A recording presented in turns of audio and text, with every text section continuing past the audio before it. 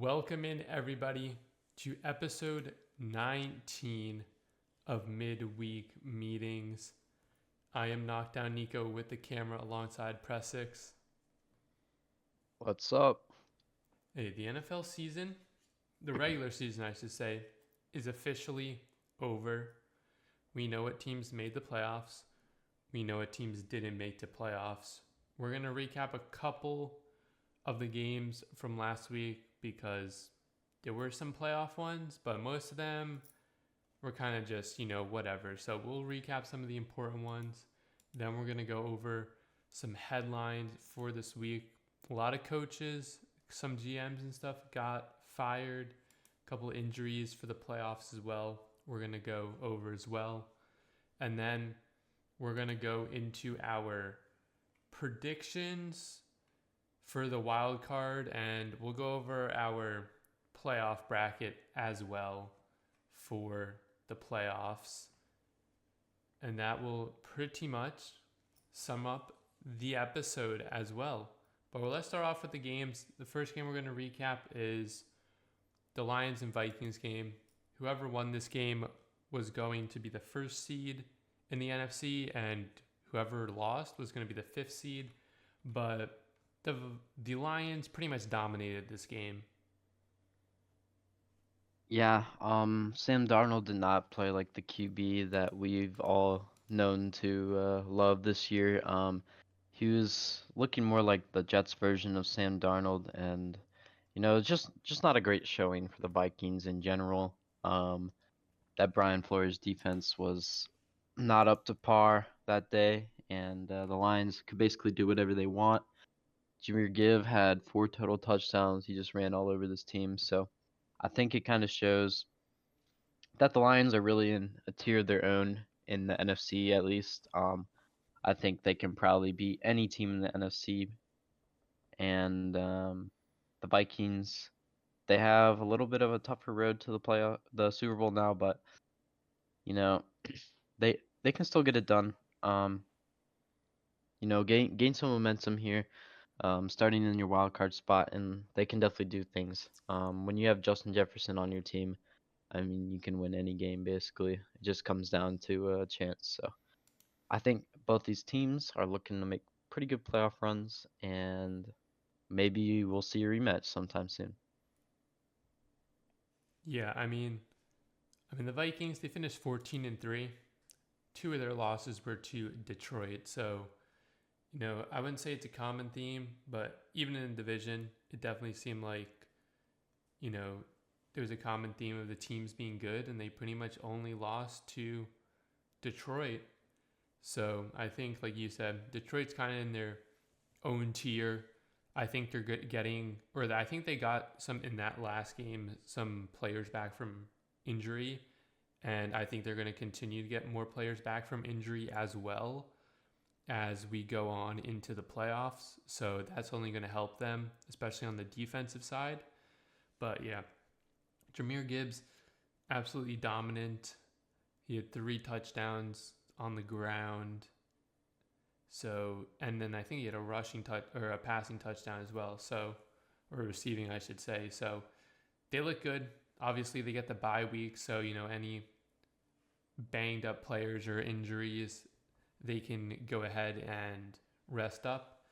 The Vikings, yeah, they didn't look like themselves. Sam Darnold had a rough game, which was, I wouldn't say concerning, but I think it's one of the first times we've seen Sam Darnold look pretty not so good this year. So we'll have to see if it's just like a fluke and he's able to bounce back this week, or, if it's going to be, I wouldn't say a common theme, because if they lose this game, they're eliminated. But if he plays again like this, maybe there's going to throw up some questions on who actually wants to take the chance and sign him in the offseason. So the Vikings, they play the Rams this week. That's the only other team they lost to as well in the regular season. But I think they're gonna bounce back. It was just a mixture, I think, because even Addison, Hawkinson, they had a lot of targets as well, but they didn't catch a lot of passes. So I think Detroit was ready to play. They were ready to take the NFC, and the NFC North Championship, and the Vikings just they weren't ready. The lights were too bright for them, so I think that was part of it as well. All right, the next game I want to recap didn't really have any playoff implications, but the Dolphins versus the Jets in potentially Aaron Rodgers' last game. Yeah, man, as a Packers fan, that was probably one of the funner games I've watched in a while, just watching Aaron Rodgers. If it's his last time, just do it one more time. You know, especially when he threw that touchdown to Devontae. You know, it's just like, man, I miss him on the Packers sometimes, low key. But, you know, it's a great game from Aaron, probably his best game in his whole Jets career. Not that it's saying much, but, you know, it probably was. 500 touchdowns for him. What a career he's had. Yeah, that's about the only thing to take away from this game, other than Miami is breaking down and probably will not be a contender for the next 5 years after Tyreek leaves, but that's besides the point. Yeah, so Jets, they got to move on in the offseason, I think. We'll see if Aaron Rodgers, what he decides to do. You know, I've heard the story many times as a Packers fan is, oh, is he going to retire next year? And he never does. So we'll see. Maybe he'll go back to his wilderness retreat or whatever, darkness retreat, and he might plan to return. You know, you never know with him. So yeah, but overall, it's a fun game to watch, and he's had one heck of a career. Definitely a first ballot Hall of Famer. Yeah, I agree. This was without a doubt one of his better games as a Jet, which honestly isn't saying a lot, like you said, but I think it just all, the Achilles injury last year or 2 years ago, however you want to put it, was kind of the downfall. But, he had a good game, 4 touchdown passes. I knew, you could kind of tell if you watched this game that he was trying to get one last touchdown to Devontae Adams, and they finally connected on it, which was good. But yeah, the Jets, not really. Yeah, I don't know what they're going to do in the offseason. This was kind of like a weird, I wouldn't say a weird win, but it's kind of a weird win because, you win the last game of the season, you feel good, but, your quarterback potentially not returning or retiring. And then, Devontae Adams, chance he doesn't come back either.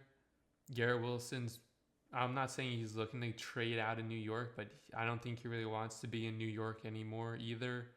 And you're getting a new head coach and a new GM, I think. So it's like you win, but you're just, the house is being cleaned as well in the off season. And for the Dolphins, I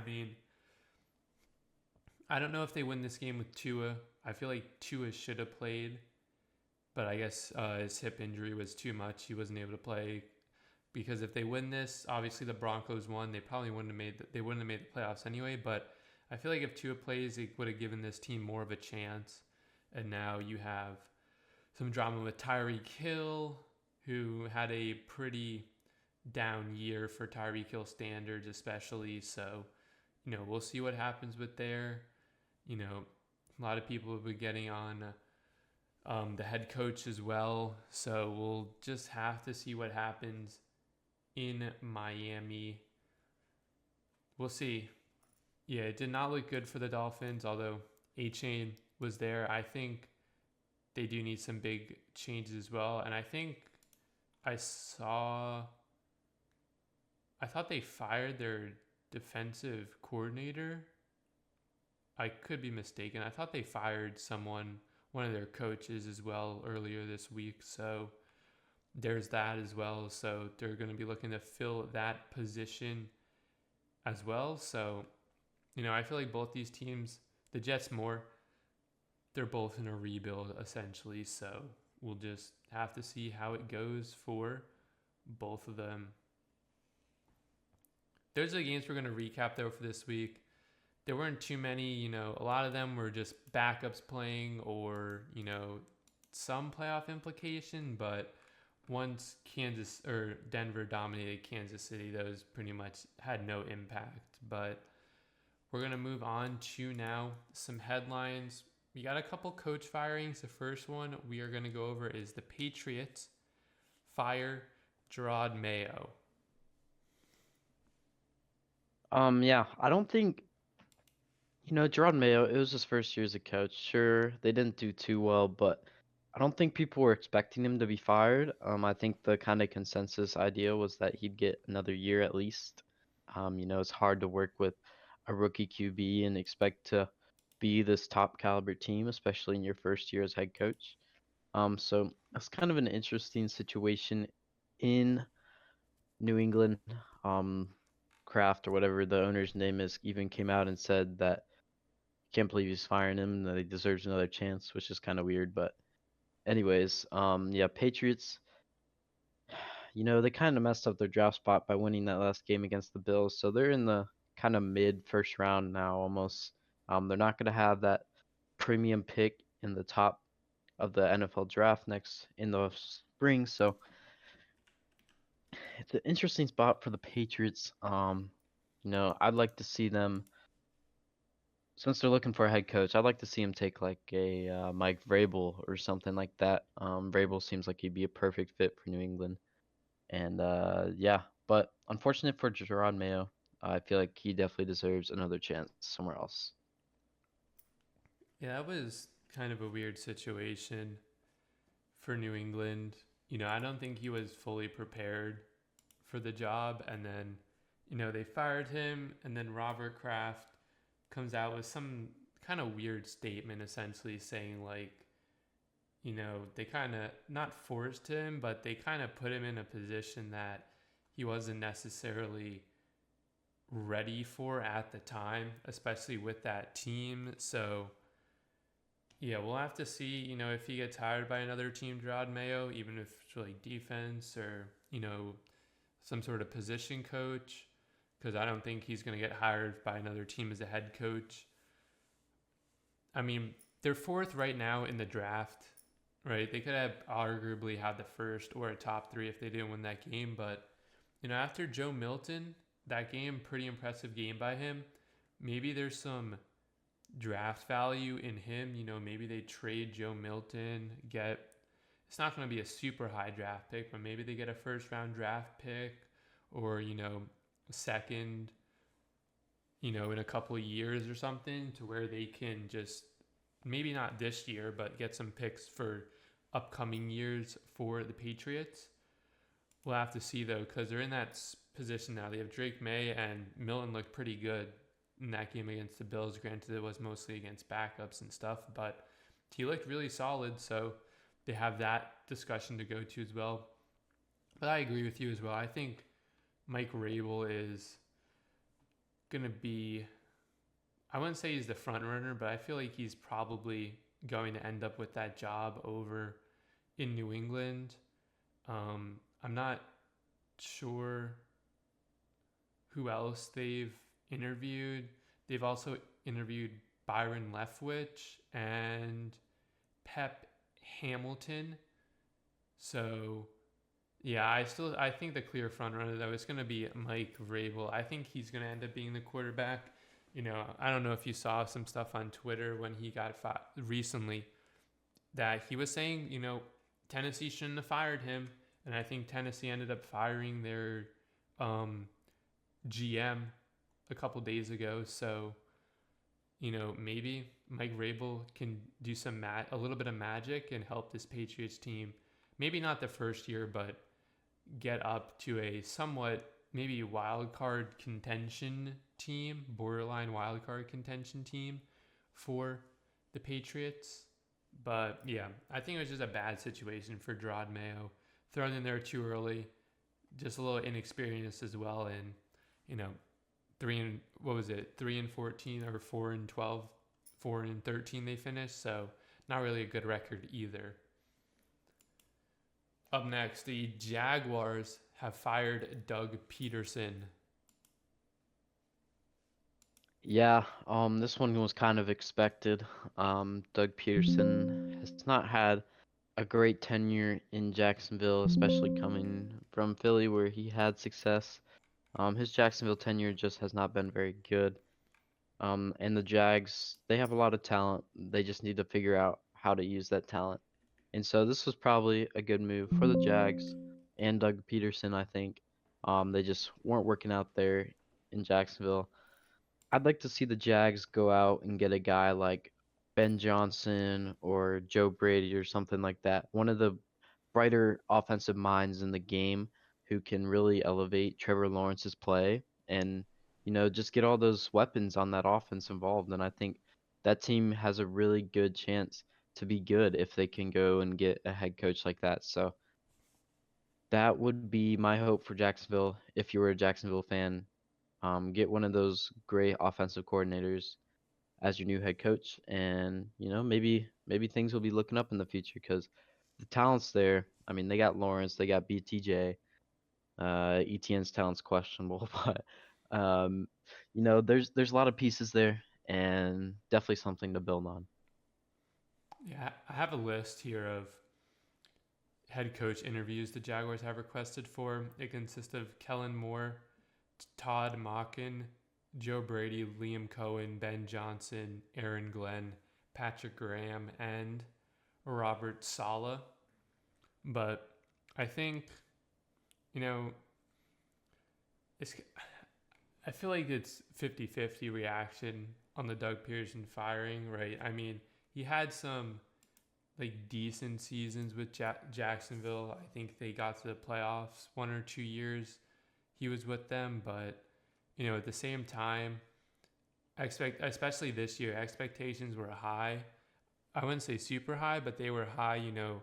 Be in playoff contention, maybe have a shot at the AFC South title, and it did not work out. Granted, there were some injuries and stuff, but they were just terrible.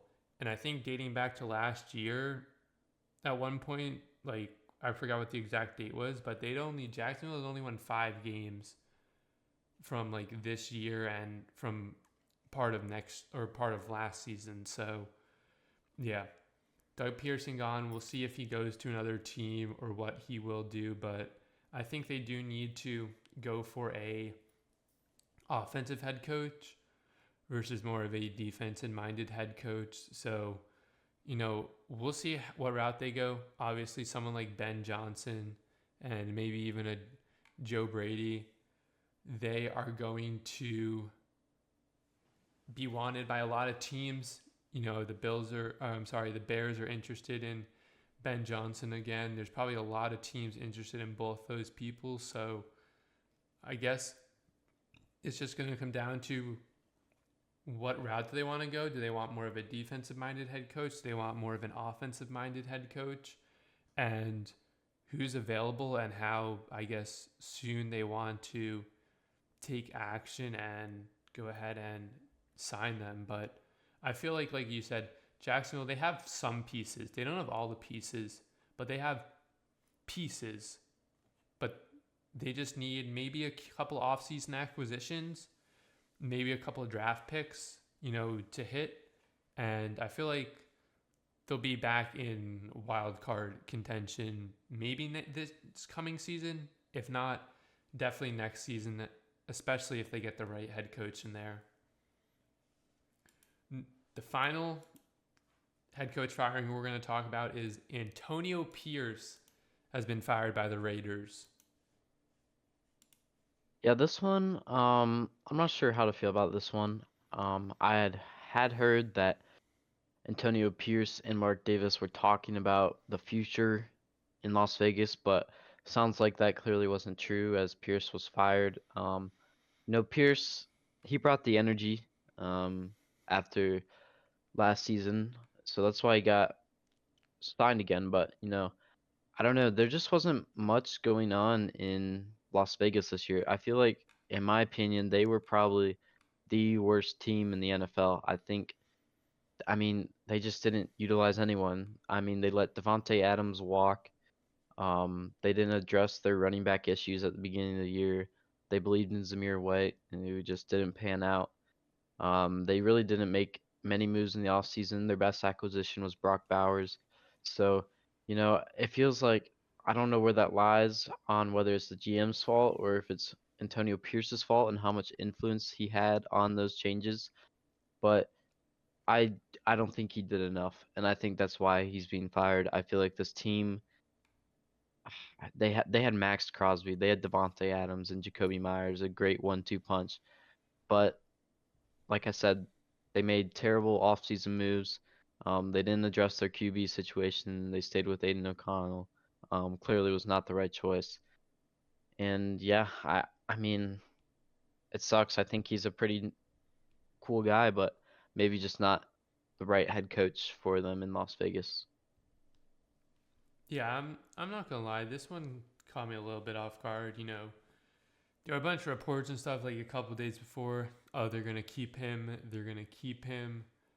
And then it comes out yesterday that they fire him, but they're keeping the GM, Tom Telesco. So I don't. Yeah, I don't know. I feel like he comes in an intern head coach, and right, he's. I feel like Antonio Pierce. He was just put in a position to fail with the Raiders. I mean, nothing good going for them.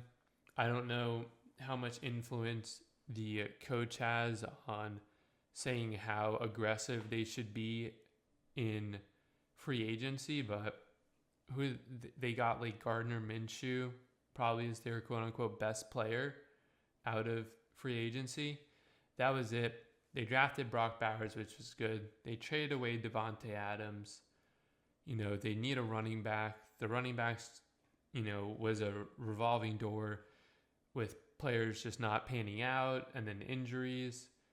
So I feel like people were expecting Antonio Pierce to get another year, see what happens. But, I'm not saying it was his fault because, I mean, you just look at this team on paper, they're just not a good team. So I don't know if it was his fault. Maybe it's more the GM's fault for not doing a lot in the offseason, or maybe he didn't want some players that they were going to get in the offseason or whatnot. But whatever it may be, this caught me a little bit off guard. Now, there is rumors too, Tom Brady will have, in quotes, a lot of influence in choosing the next Raiders head coach. So who knows who that's going to be? It's not going to be Bill Belichick. I can guarantee that.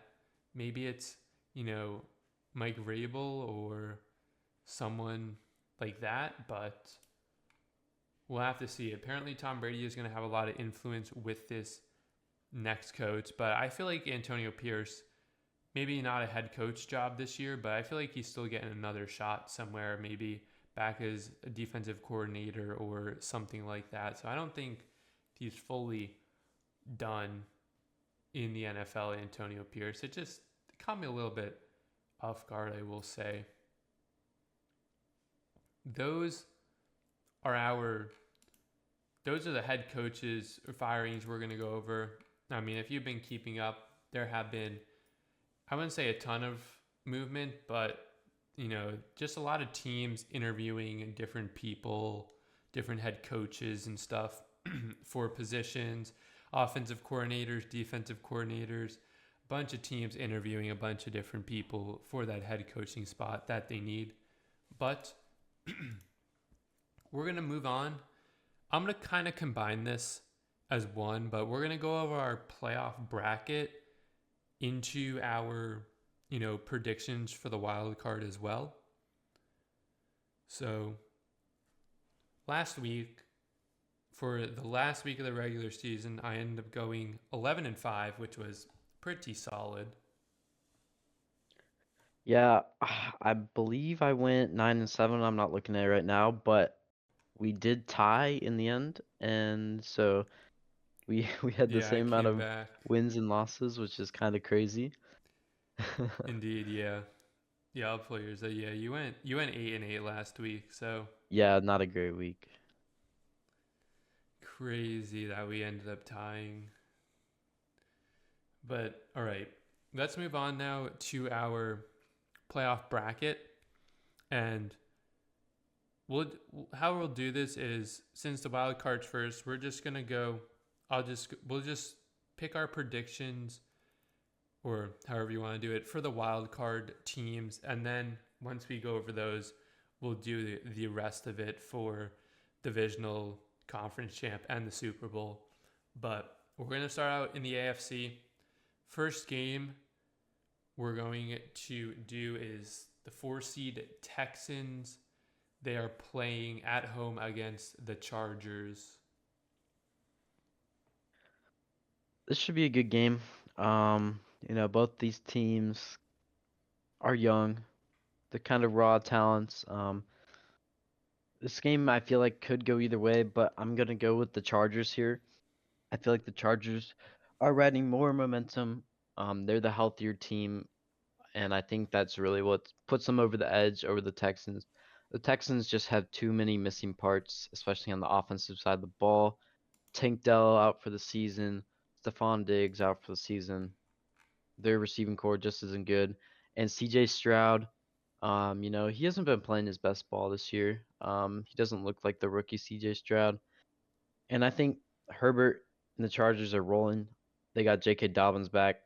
They just signed Ezekiel Elliott for some running back depth, so maybe he'll bring some experience. But yeah, Lad McConkey's having a great year. They're just looking good. Harbaugh is really flipped this team on its head, and they're looking really good. So I'm gonna take the Chargers here. Yeah, that's right. Ezekiel Elliott did sign with the Chargers. I'm also taking the Chargers here. I agree with you. I think this game can go either way, but I feel like the Chargers, like you said, they're riding a little bit of more momentum, and they're just looks like they're playing overall good at football. That's part of the reason why I'm taking them. I am, they do have a couple injuries as of right now. Quentin Johnson, a thigh and an illness, and Josh Palmer did not practice today. And Gus Edwards was limited in practice. But I think at a minimum, Gus Edwards probably plays on Saturday, and Quentin Johnson, after that monster game last week, I think he had over 180 yards and 10 catches. Ridiculous. I feel like he's going to play as well, so that'll help them. Houston, they definitely weren't as good as last year. I feel like they're a little inconsistent. Supposedly, Deontay Johnson is going to get a bigger role in the playoffs as well. He played a little bit in that game, or I think he played most of that game last week against the Titans. He had a couple catches, but supposedly from what I saw, he's going to have a much bigger role. So I think he's going to end up being that wide receiver 2 next to Nico Collins, especially if John Mechie is out, who I think is battling concussion symptoms right now after getting knocked out last week.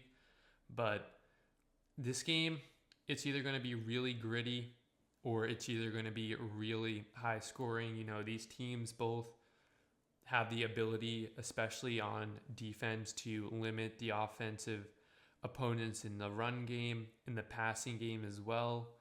But I think the Chargers, though, like you said, they have the slight edge, and I'm taking them. Next game is the 6-seed Steelers playing in Baltimore against the Ravens. I'm gonna take the Baltimore Ravens here. Look, they're just a better team. Steelers have looked not very great over the last 3 or 4 games. They're on a big losing streak. The Ravens have been pretty solid. Lamar Jackson and Derrick Henry are going to carry this team against the Steelers. I know the Ravens have some trouble against AFC North opponents, but I think Lamar will be able to break his playoff curse and get a win here. Russ has reverted to Denver Russ, it feels like, from watching his games, and it's just not good football going on in Pittsburgh. So I'm gonna take the Ravens here. They're definitely the hotter team right now. I'm taking the Ravens as well. Obviously they play twice. They play each other twice every year. They lost in Pittsburgh, and then later in the season they won in Baltimore. I think playing in Baltimore gives them a little bit of an advantage as well. But I mean, we look at the last time these two teams played. in Baltimore. Earlier in the season, Derrick Henry over 150 rushing yards.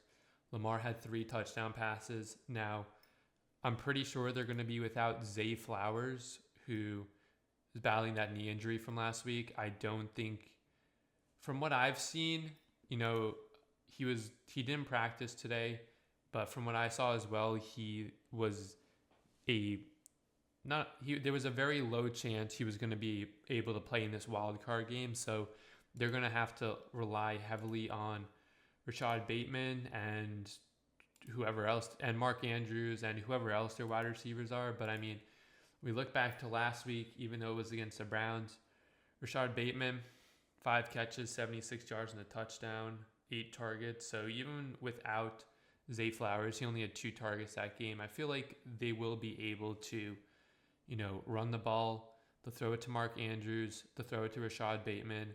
I feel like Isaiah Likely might have a bigger role in the receiving game as well. But this game's in Baltimore. The Steelers haven't looked good. They're on a big losing streak as well. And especially if, they can't get Freiermuth going and they can't get Pickens going, this Ravens defense is going to be good against the run. It's going to be a long game for the Steelers. I'm taking Baltimore. The last AFC wildcard game is the Broncos, the 7-seed Broncos, taking on the Bills in Buffalo. This should be an interesting game. The Broncos surprised some people by making the playoffs this year. I don't think many people had them making the playoffs. But I don't think it matters. I think the Bills win this game easily. Josh Allen has played great this season. Probably one of his most efficient seasons. And this game is in Buffalo. Could be rowdy. And I think it's just going to be too much for Bo Nix in this Broncos offense. And the Broncos defense, I feel like, has taken a little bit of a step back from its early season form. So I think this should be an easy win for the Broncos. Or not the Broncos, the Bills, sorry. And I think the Broncos' time is coming. I just don't think it's this year. So give me the Bills. I'm taking the Bills as well. It's going to be in Buffalo. I don't know what the weather's going to be, but I'm assuming it's either going to be snowy or really cold or both. But the Bills, they pretty much rested. They played, maybe half a quarter of their starters last week, so they're pretty much well rested. The Broncos, they had to play everyone last week in order to get that win, which they blew out Kansas City against their backups. But I think Buffalo, Bo Nix, rookie, I feel like it's going to be just a little bit inexperience is going to affect him as well. And I think Josh Allen, he's been in the playoffs before. This game is in Buffalo as well. I think they are going to have the slight advantage over Denver. And I mean, Denver, like you said, and I have to agree, their defense, especially, I think it's been since the bye week for Denver, their defense has not looked as good as it has been in the past, outside of, last week, which they were playing Carson Wentz. But besides them, it hasn't really looked the greatest, their defense. So I think Buffalo, they're coming pretty much off a bye week, essentially. They're going to be fresh. They're going to be ready. And they're looking to make a deep playoff run, potentially a Super Bowl run. So I feel like they're going to take this win over Denver. Moving on to the NFC wildcard games.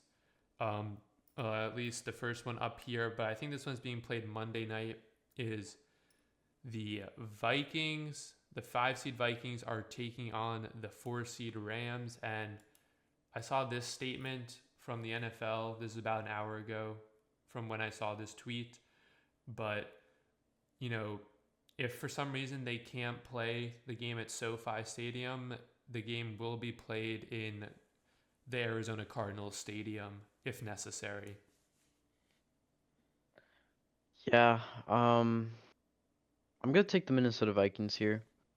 The Vikings, they're 14-3, and they're 14-3 for a reason. This team is still good, even in the wake of their loss to the Detroit Lions last week. I think Sam Darnold figures it out this week, gets it back on track. And the Rams, I never know how to feel about them. They are good one week and bad the other, so it'll be an interesting game. It'll probably be pretty competitive. I believe these teams have faced off this season, and did the Rams win this season? This Yeah, matchup earlier in the season? yeah. The Rams won earlier this season by a score of 30-20. Yes, so Vikings have seen the Rams already. I feel like that's almost more of a disadvantage for the Rams. I feel like Brian Flores will be able to scheme a little better against their offense. Um, you know, cover Puka, cover Cup, manage the run game, and I think the Vikings will be just fine. The Rams defense is young and they're just not very good. They're not going to be able to keep Justin Jefferson under control, and I think this game should be a win for the Vikings here. You're looking back at this game from earlier in the season. The Rams won 30-20. Stafford threw for 4 touchdowns, almost 300 yards. Kyron Williams had just under 100 yards, and Puka had over 100 yards receiving. For the Vikings, Sam Darnold, 240, 2 touchdowns. Aaron Jones had just under 60 yards, and then Jefferson went for 115 yards. So, I mean, looking at it hit the over, which was 46 and a half. I feel like this is going to be a high scoring game. Obviously, I don't know what version of the LA Rams we're going to get. We could get, like what we saw when these two teams first matched up, Rams score 30 points, or we could see the Rams when they score close to no points. So it's gonna be very interesting to see. I think that's gonna be the X factor. Which Rams team do we actually get to see this week? But I'm giving it to the Vikings. I'm taking the Vikings here. I think they're gonna have not the slight advantage, but they've only lost to two teams this season, Detroit and the Rams. And I think they're going to come in with a game plan for the Rams. And, it's going to be to feed Jefferson. If Sam Darnold plays good, they're going to feed Jefferson. They're going to feed their other, Jordan Addison.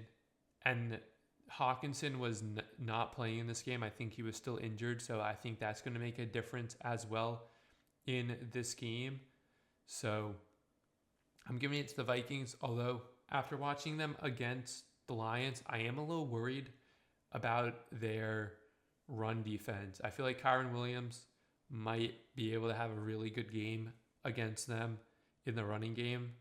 But I think this game, either way, it's going to be a high scoring game.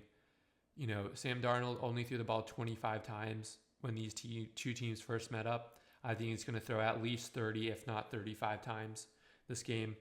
But I'm giving a slight edge to the Vikings. Their fans travel well.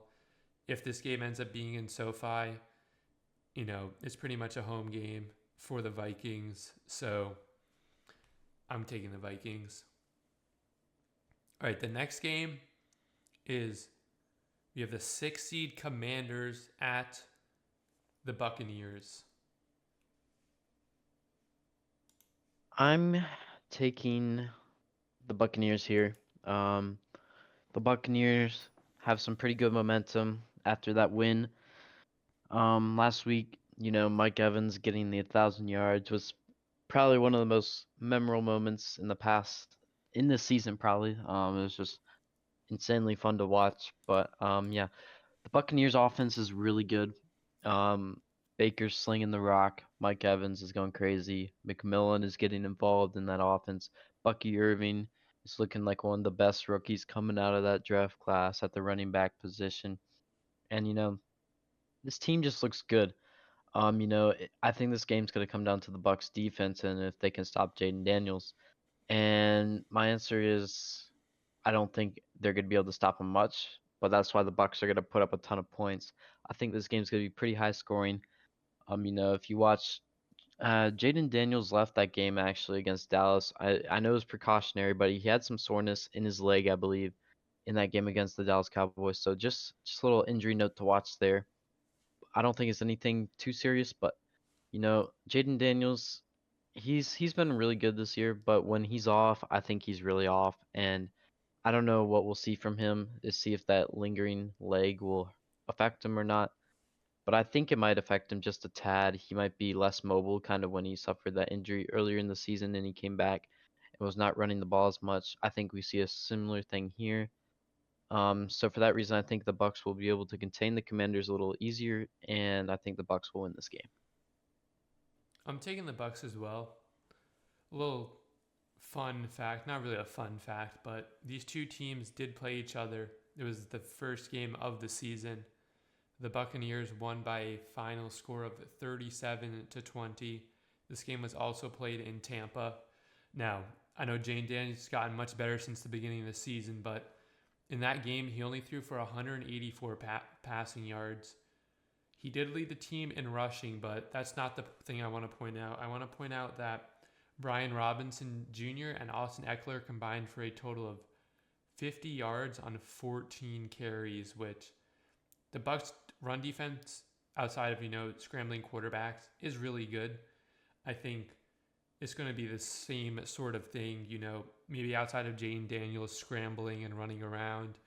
They're going to be able to contain the running backs in the run game.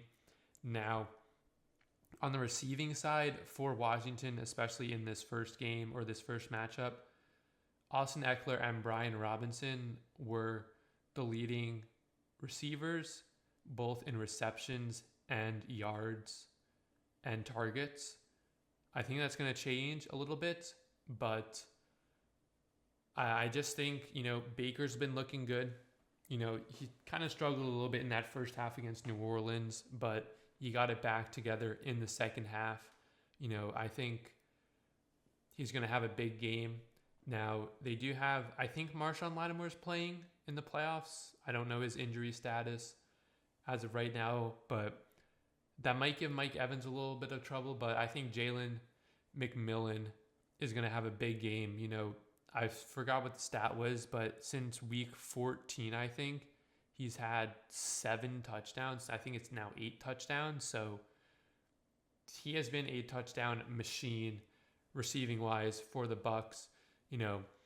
Bucky Irving is going to have a big game as well. I think, this game earlier, he only had 9 carries, but he was averaging almost 7 yards a carry for Tampa in that first matchup. And look, they have more film study of Jane Daniels now. I think that's going to help out the Buccaneers. We kind of saw what happened when teams had film of Jaden Daniels. We look at it down the line. The games were much closer, even though some of them, the Commanders did win. But I think the Bucks,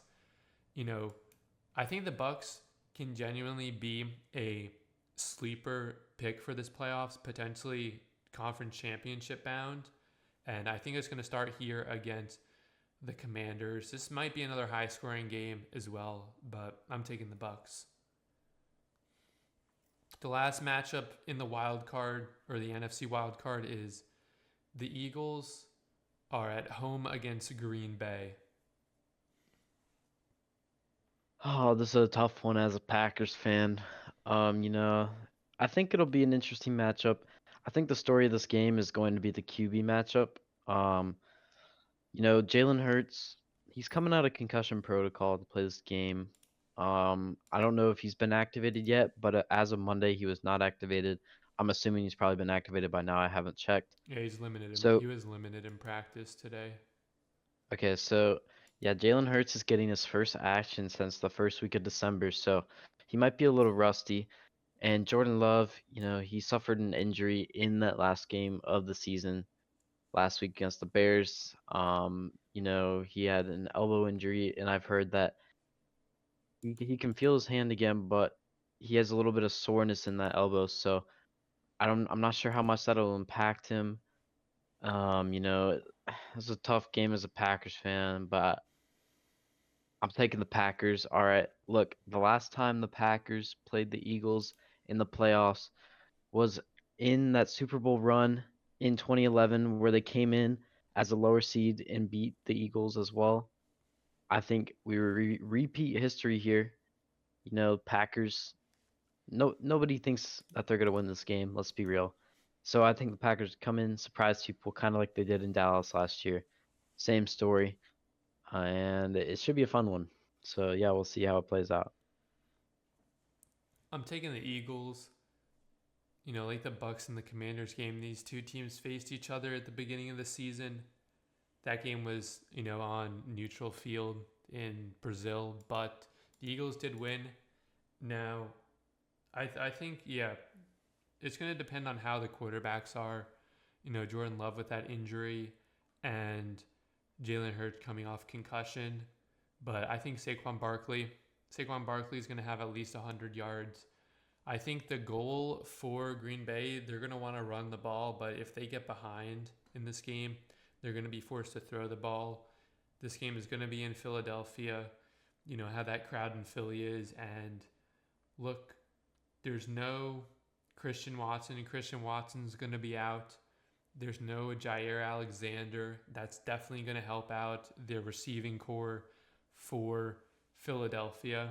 And just looking at this, I mean, Quay Walker, I'm assuming most of these players are going to play, but Quay Walker, Evan Williams, Zane Anderson, Brenton Cox, even Malik Willis, Edrin Cooper, Javon Bullard, they were all limited or did not practice today. So I think this game is on Sunday, I want to say. So they still got time, but I think they're all going to play potentially.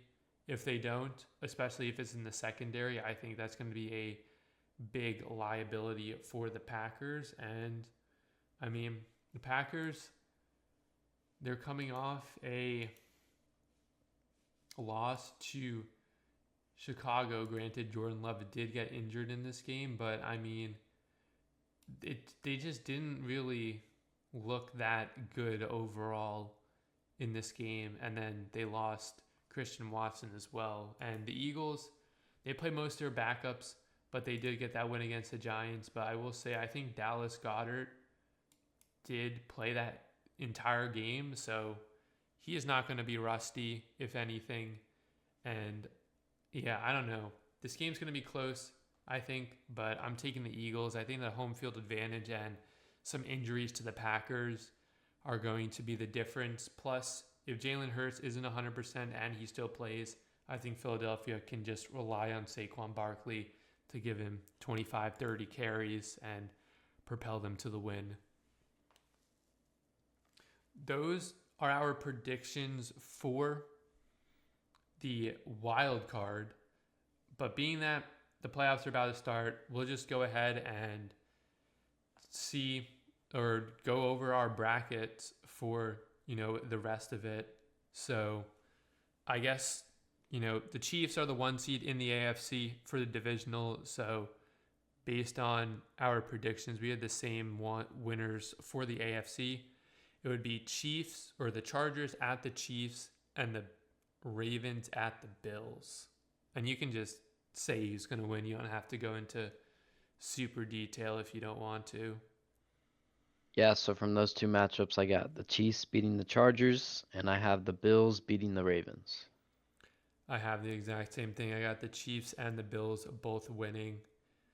Moving on to the NFC, we both have the Lions are the 1 seed. We both had Minnesota winning as well. And then we both had the Bucks winning, but I had the Eagles, and then you're taking the Packers. So who's winning in the divisional?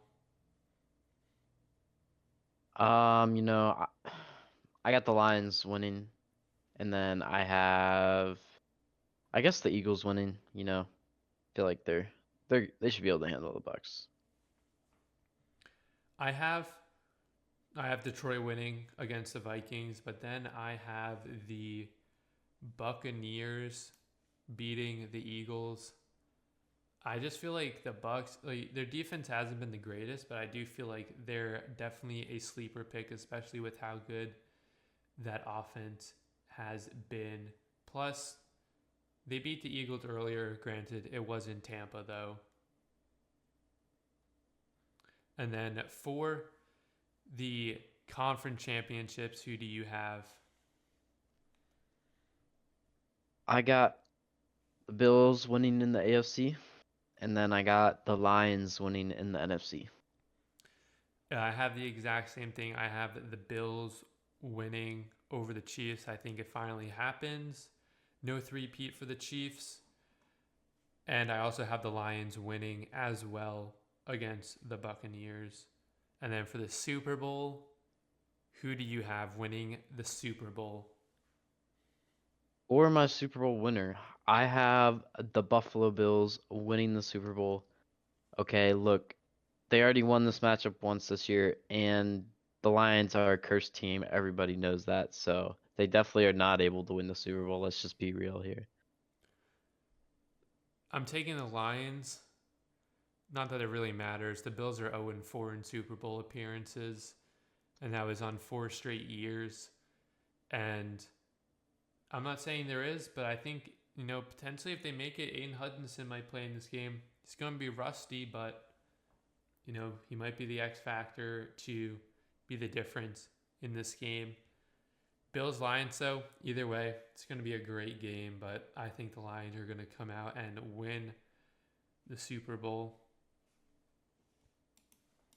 That's our playoff bracket and our predictions for the wild card. We're going to move on to the end of fantasy football. It's officially done. So I think you ended up winning. I mean, no, you won because you had like 4 million points. Yeah, I put up 200 points in week 1. I had to bring in Tom Brady in the last week to just kneel the game out, get in victory formation, and yeah, it was a pretty solid season for me. I'll take it. Yeah, I lost.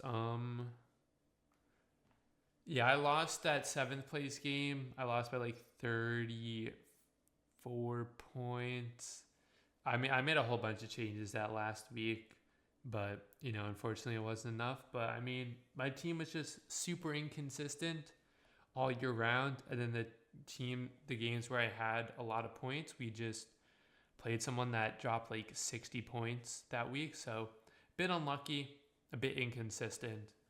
But, Jared Goff was my MVP of my team. He was also the draft steal of my team. I got him in the 16th round of our draft. And then my other two MVPs were Amon St. Brown and James Conner. My MVPs were John. Oh gosh, I gotta look again. I believe. Here, hold on. I can pull it up, right? Let's see. Yeah, it's on the flashback video thing. How do I get to that? It should just when you straight load into the app. I It already says looked like at it, my but I don't remember it. it says like my Wait, hold team on. and then view flashback All right, on give like me the a second. homepage. Give me a second, chat. I got it. Give me a second. All right, it's taking forever to load, of course. And you gotta watch this guy yap a little bit. But because we don't have like a fun question, I'm gonna do something a little different. Being that the regular season's over, we'll go once Pr3ssix over here says his MVPs. We're gonna go over as long as you have your divisional predictions from the beginning of the season. Let's go look at them to see how wrong or how right we were Ooh, for I them. believe I do have them still, so that should be. All right, Field Yates, stop yapping, bro. I don't want to hear from you, man. All right, let's see. I know what league I'm in. You don't gotta tell me. Appreciate it. I know. It's probably like a minute or two in. I wish you could just like skip to it, but unfortunately you cannot. You gotta watch In case anyone the was whole wondering, my thing. closest game, I won by 2 points. Yeah, my closest game Not I that that lost by matters. 1 point, but Okay, my fantasy MVPs. Jameer Gibbs at number 1, Jonathan Taylor at number 2, and Trey McBride at number 3. And my nice. draft day steal was Jacoby Myers? Not even on my team. Okay, well, whatever. That is kind of funny, but That is My crazy. top player performance was Jameer Gibbs in that final week. Kind of just secured my victory with that 46 points. Pretty Hmm. solid. Yeah, my top But yeah, that's performer my season, I guess. was Jared Goff. I think it was that game against the Bills where he had like 500 yards and 5 touchdowns and still Yeah, that's lost. pretty crazy. But yes, let's look, since we don't have any sort of fun quote unquote question, let's go ahead and look at, see how good and how bad our divisional predictions are. And then when they announce the player awards, we'll see how good or how bad they were as well. But let's start with the AFC East. You know, the Bills ended up winning this division, and then it was Miami, the Jets, and the Patriots. I, Yeah, yeah, I had go the ahead. Dolphins winning this division, and then the Jets and the Bills. So might have slept on the Bills too, a little bit too much this year, or at the beginning of the year. Yeah, no, mine were pretty terrible. I had the Jets going 14-3 and winning the division. That clearly did not happen. I had the Bills at 7-10 in third, Dolphins at 8-9. I got the Dolphins record right. So Dolphins at 8-9 in the second spot, so that's pretty solid. And then I had the Patriots at 1-16. They did finish fourth, so I'll give myself some credit for that. So Hmm. Yeah, I 2 out did of 4 right. not write down record predictions. I just had the placement. AFC North, though, the Ravens ended up winning the division. Then it was Pittsburgh, Cincinnati, and Cleveland. I had Baltimore right. I also predicted all these teams were going to be above 500, which were all correct except for Cleveland. But also I had the Steelers finishing last in this division as well, which was not good. They finished second, and the Bengals finished third. Yeah, so I had the Ravens at the top, Bengals in second, Browns in third, and Steelers in last. As we know, the Browns had an awful season, so they clearly were the last spot. And so I didn't do too bad, but yeah, just missed on the Browns pretty much. Yep. The AFC South, the Texans won this division, followed by the Colts, then the Jaguars, then the Titans. I had the Texans winning this division. I had the Titans finishing last as well. The only ones I flipped were the Colts and the Jaguars. I had the Jaguars finishing second in this division. They finished third, and then vice versa for the Colts. Yeah, I nailed this prediction actually. I got all 4 of them correct. I had the Texans at 10-7, Colts at 9-8. They finished 8-9. And then the other 2 teams had like no wins anyways, so it doesn't really matter. But I got all 4 of them right in their correct places, so I'm pretty happy with that. The next one, the AFC West, the Chiefs won the division, followed by the Chargers, the Broncos, and the Raiders. This one might have been worse than my AFC predictions. I had the Chiefs winning. I don't think anyone was a question but that.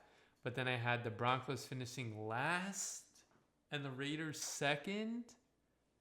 Yeah, I kind of whiffed on this division, just straight up. I hit this division again. I got all 4 of them correct. Chiefs, Chargers, Broncos, and Raiders. Pretty solid. AFC South and AFC West were my strong spots, I guess. Next was next we move on to the NFC. The Eagles won, followed by the Commanders, then the Cowboys, who had a down year filled with injuries, and the Giants. I had the Giants finishing last, so that was cool.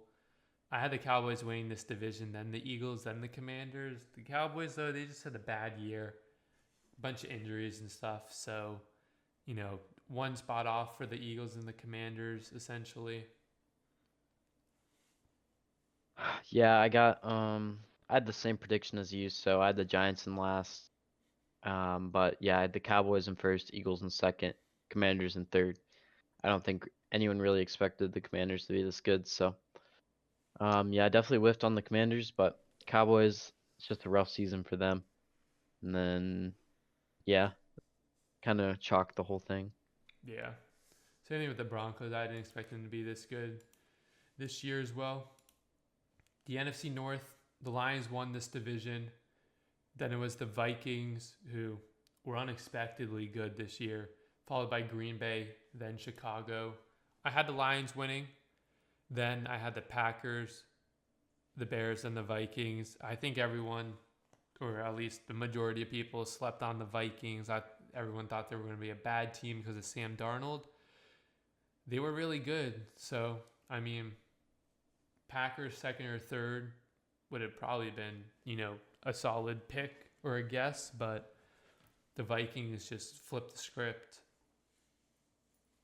Yeah, this division was crazy. Like the most winningest division in all of NFL history ever. So pretty crazy season from these NFC North teams. I had the Packers winning, the Lions in second, Bears in third, and the Vikings in fourth. So I basically whiffed on this division, but it is what it is. No one really expected the Vikings to be that good. And yeah, basically it. The NFC South, the Buccaneers won the division, followed by the Falcons and the Panthers, then the Saints. I had the Falcons winning this division based on an easier schedule compared to the Bucks. That's how I had it flipped. But then I picked the Panthers in third and the Saints in fourth. So I mean, I guess I got to give credit to myself as that because people thought the Panthers were going to be probably the worst in the division. Yeah, I did the same thing as you there. I put the Falcons in first, Bucks in second, Panthers in third, and Saints in last. I've never believed in the Saints, so they kind of just fell to the fourth spot for me. And I knew the Panther season couldn't get any worse than last year, so you know that division's always a toss-up anyways, so Yeah. not too bad. The last division, the NFC West, the Rams won the division, followed by the Seahawks, the Cardinals, and then in last place, the Niners. I had the Niners winning this division, but, injuries pretty much derailed this team, especially the CMC injury. Although I was correct, I did have the Rams over the Seahawks based on I said division tiebreaker was technically the 18,000th strength of schedule tiebreaker. But I did have the Rams beating the Seahawks on a tiebreaker and then followed by the Cardinals. Yeah, I did the same thing as you. I had the 49ers in first, Rams in second, Seahawks in third, and Cardinals in last. You know, San Francisco just had too many injuries this year, so I'm not really counting that as a loss. It's kind of just unfortunate. They'll be back next year. Yeah, they'll be back to an extent next year. They'll probably at minimum be wild card contenders. That division is going to be good next year, though. The Rams will probably stay about the same they are. We'll see how the Seahawks do. They fired their offensive coordinator, so they'll be looking for a new offensive coordinator as well. And, the Cardinals, they're like on the world's slowest rebuild. So, they're still rebuilding. So we'll just have to see how that goes as well. And then, like I said, once the player awards get released or get awarded out, we'll go over to see how wrong our player predictions were. Because just looking at Oh, mine, I think I got about one right, and the rest are probably cooked. So, yeah, I don't think I can get more than one right. Just looking at mine, I think the only one I could possibly get right is Aaron Rodgers for Comeback Player of the Year. Although I feel like that might go to J.K. Dobbins, but that's my best bet. The rest of mine were just terrible picks looking at them. yeah, maybe I get Rodgers comeback, but the only one I could see myself winning, I don't even think he's going to win comeback player of the year. The only one I can see myself winning is I had Jane Daniels winning offensive rookie of the year. I think it's going to happen, although it would not surprise me if Brock Bowers does win it because he broke a bunch of records, but quarterback more importance, that may come into the factor. So we'll just have to wait and see when that ends up happening. But yeah, that is going to pretty much wrap up this episode. We have the wild card playoffs starting this week. Hey, the playoffs are going to blow by very fast. You know, we have games on Saturday, Sunday, and we have a Monday night game this week. So they did spread them out fairly decently. Some good matchup as well. You know, I'm not going to lie. I think the Saturday games are going to be probably the snooze fest of the weekends. And then the Sunday night and the Monday night game probably going to be the best games of the weekend. So don't quote me on that. I think that's what it's going to be though. But we'll just have to see. We'll see how good our brackets are as well at the end of the playoffs as well. If you guys are watching over on YouTube, and make sure you guys subscribe so you don't miss out on the latest episodes when they do drop. If you're watching over on Twitch, make sure you follow us both twitch.tv/KnockdownNico or twitch.tv/Pr3ssix so you can tune in to the show live. But that is it. Thank you guys so much for watching, and we will see you guys after the wild card weekend is over. See ya.